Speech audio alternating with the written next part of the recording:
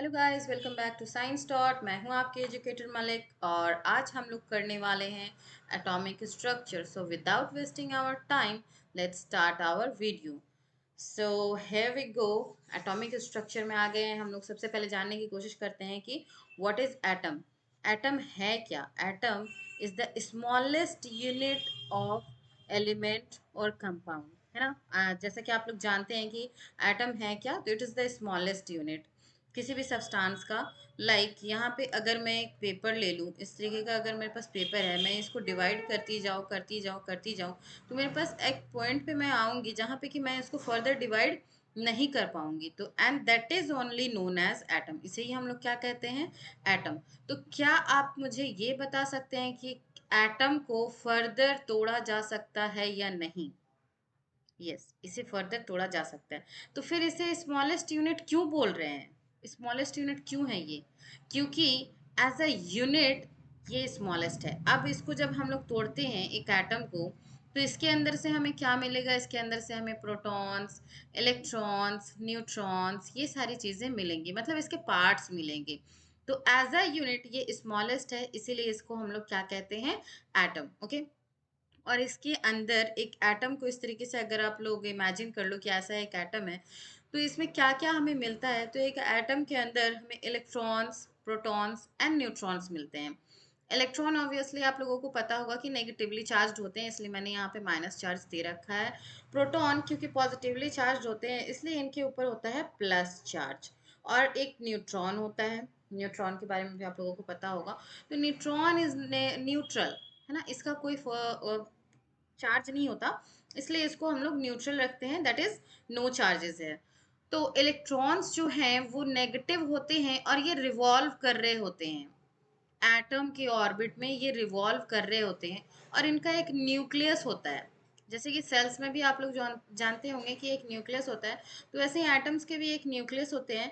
तो इस न्यूक्लियस के अंदर प्रोटॉन्स और न्यूट्रॉन्स रहते हैं। क्या रहते हैं? Neutron and protons. Proton is positively charge and neutron does not contain any charge. इनका कोई चार्ज नहीं होता है। प्रोटॉन्स के पॉजिटिव चार्ज होते हैं और ये बिल्कुल सेंटर पे यानी न्यूक्लियस के अंदर सारे के सारे लाई करते हैं। बाकी जो इलेक्ट्रॉन है, जो नेगेटिवली चार्ज्ड है, वो रिवॉल्व कर रहे होते हैं ऑर्बिट पे। इनके ऑर्बिट पे ये रिवॉल्व कर रहे होते हैं। ओके। सो अब यहाँ से हम लोग देखते हैं कि डिस्कवरी, अब क्योंकि हम लोग जान रहे हैं कि इलेक्ट्रॉन्स हैं, प्रोटॉन्स हैं, न्यूट्रॉन्स हैं, तो ऑब्वियस सी बात है कि किसी न किसी ने इसे डिस्कवर किया होगा। तो हम लोग जानने की कोशिश करते हैं कि किसने डिस्कवर किया था। तो electron was discovered by J J Thomson. J J Thomson ने डिस्कवर किया था in the year 1897। Yes, J J Thomson वही जे जे थॉमसन है जिसने प्लम पुडिंग मॉडल दिया था। इसको हम लोग आगे पढ़ेंगे भी अभी। ओके। और इसका जो चार्ज होता है इलेक्ट्रॉन का, वो होता है 1.6 इंटू 10⁻⁻19 कुलम। ये इतना चार्ज एक इलेक्ट्रॉन के ऊपर होता है। अब मास ऑफ इलेक्ट्रॉन की बात करें, तो मास ऑफ इलेक्ट्रॉन होता है 9.11 इंटू 10⁻⁻28 ग्राम। ग्राम में भी सोचो कि ये कितना छोटा है, -28 ग्राम। कैन यू इमेजिन कितना छोटा होता है ये?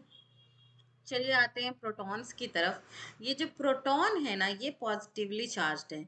ये प्रोटॉन्स हमारे पॉजिटिवली चार्ज होते हैं, जिसको कि डिस्कवर किया था गोल्ड स्टीन ने।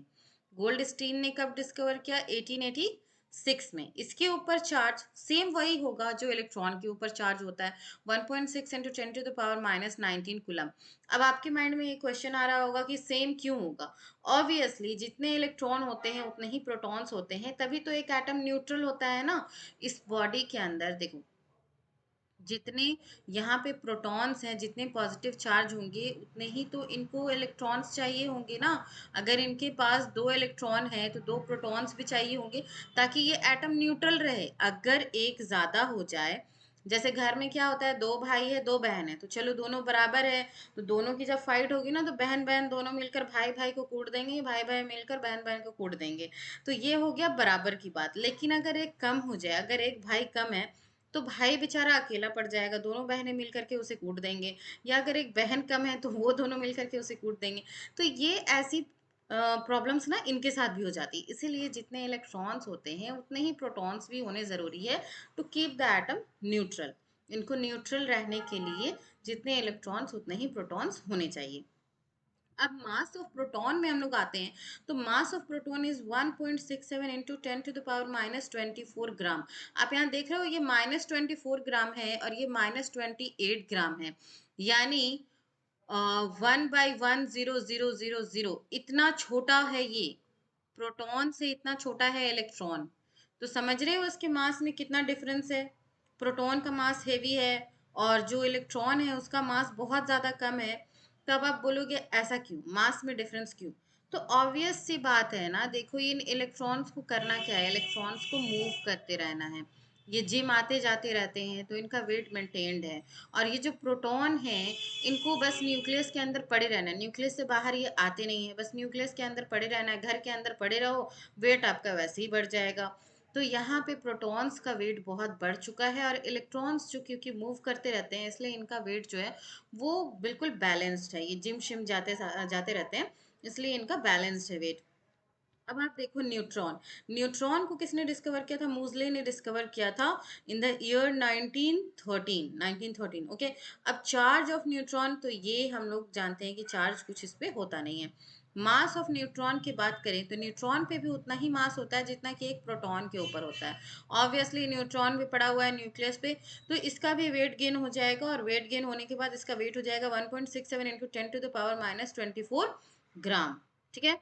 और इसे कैडविक ने भी डिस्कवर किया था इन द ईयर 1932। चलिए आते हैं कि कैसे, किसने, कब डिस्कवर किया, वो जानने की कोशिश करते हैं। सबसे पहला मॉडल्स किस किस ने दिए थे, तो सबसे पहला मॉडल हमारा देने की कोशिश किया था जे जे थॉमसन साहब ने।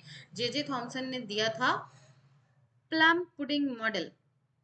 अगर आपने पुडिंग खाई हो तो आप लोगों को पता होगा कि जैसे मान लो कि ये एक पुडिंग है तो इसके अंदर ना रेजिन्स, ड्राई फ्रूट्स वगैरह वगैरह बीच बीच में एम्बेडेड होते हैं। आप इसका एक स्लाइस अगर कट करो, ऐसा स्लाइस कट करो, अगर आप लोग 4 ब्रदर एंड सिस्टर्स हैं तो एक एक स्लाइस आप लोग बराबर काटना। भाई देखो मेरा थोड़ा सा ऊपर नीचे हो गया है, ऐसा नहीं कि आप लोग बेईमानी कर लो, बिल्कुल बराबर बराबर से हिस्से लगाना भाई बहनों के। और इसमें आप देखो इनके पास 2 इलेक्ट्रॉन्स आए, इनके पास 4 आ गए हैं, इनके पास 3 ही आए हैं और इनके पास भी 4 आ गए। तो इस तरीके से नहीं होना चाहिए, है ना। ये कहीं पे भी बीच में भी इन्होंने कहा कि एक पॉजिटिव स्फेयर होता है जिसमें कि इलेक्ट्रॉन्स जो होते हैं बीच बीच में एम्बेडेड रहते हैं, जस्ट लाइक अ पुडिंग। या अगर आप वाटरमेलन को देखा होगा, इस तरीके का वाटरमेलन है तो उनमें सीड्स कैसे रहते हैं, बीच बीच में एम्बेडेड रहते हैं ना, इस तरीके से सीड्स हैं, यहाँ पे हैं, यहाँ पे हैं।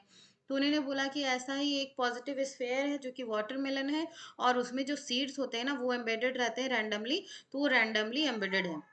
लेकिन जे जे थॉमसन यहाँ पे फेल हो गए। क्यों फेल हो गए? क्योंकि ये जो इलेक्ट्रॉन्स है और ये प्रोटॉन का एक स्फेयर है, तो ये एक दूसरे को अच्छे से अट्रैक्ट नहीं कर पा रहे हैं। यहाँ पे से अगर ये इन लोगों ने अट्रैक्ट कर लिया एक दूसरे को तो ये जो एटम होगा वो फॉल हो जाएगा। अगर एक भी ज्यादा हुआ एक भी कम हुआ तो ये एटम फॉल हो जाएगा।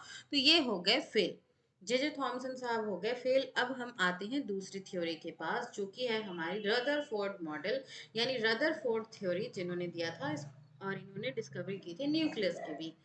तो इस तरीके से इनका आप देख सकते हो एक्सपेरिमेंट, इन्होंने कैरी किया था एक्सपेरिमेंट को 1911 में इन्होंने क्या किया, एक गोल्ड फॉइल ले लिया। आपको दिख रहा होगा यहाँ पे कि एक गोल्ड फॉइल है, ये अल्फा पार्टिकल्स हैं। अल्फा पार्टिकल्स को इन्होंने बम्बार्ड कराया और देखा कि सारे के सारे मोस्टली 99.9% जो अल्फा पार्टिकल्स थे वो सारे के सारे पास हो गए, सिंपली स्ट्रेट लाइन में पास हो गए। 0.1% जो थे वो डिफ्लेक्ट हुए किसी एंगल से, और 1/1000 जो थे वो रिटर्न आ गए 180 डिग्री से। अब यहाँ से हमें ये समझ में आता है कि ये जो अल्फा पार्टिकल है, क्योंकि ये पॉजिटिवली चार्ज होते हैं, अल्फा पार्टिकल्स कैसे होते हैं, पॉजिटिवली चार्ज होते हैं, तो ये बिल्कुल आराम से पार हो गए इस गोल्ड फॉइल से। तो क्या समझ में आ रही है आप लोगों को? इस बात से हम लोग यही समझ पा रहे हैं ना कि बीच में बहुत खाली स्पेस होगा तभी तो ये आराम से पार हो पा रहे हैं, और बीच में कोई पॉजिटिव चार्जेस नहीं है। अगर पॉजिटिव चार्जेस होते तो ये डिफ्लेक्ट हो जाते। अब यहाँ पे मैंने बोला 0.1% ऐसे थे जो डिफ्लेक्ट हो गए, किसी एंगल से डिफ्लेक्ट हो गए। मतलब समझो कि यहाँ पे आसपास में जो आ करके टकराए वो किसी एंगल से डिफ्लेक्ट हुए, और इसके बीचों बीच जो एक था वो बिल्कुल रिटर्न बैक हो गया 180 डिग्री पे। मतलब कि ये जो पॉजिटिव चार्ज है वो बिल्कुल यहाँ बीचों बीच है, इससे ये समझ में आ गया। और ये जो नेगेटिव चार्ज होते हैं वो इलेक्ट्रॉन्स रोटेट कर रहे होते हैं। इतना बोल के हमारे रदरफोर्ड साहब बिल्कुल थक चुके थे, तो उन्होंने आगे बताया ही नहीं कि नेगेटिव चार्ज कहाँ पे होगा, उस नेगेटिव चार्ज को क्या बोलते हैं। अगर वो बता देते तो जे जे थॉमसन इलेक्ट्रॉन की डिस्कवरी नहीं कर पाते, कैडविक जो थे वो न्यूट्रॉन की डिस्कवरी नहीं कर पाते, गोल्डस्टीन साहब जो थे वो प्रोटॉन की डिस्कवरी नहीं कर पाते। तो इतना बोलकर हमारे रदरफोर्ड साहब ने रेस्ट ले लिया कि ये न्यूक्लियस है, और इस तरीके से बहुत सारे बीच में खाली स्पेसेस होते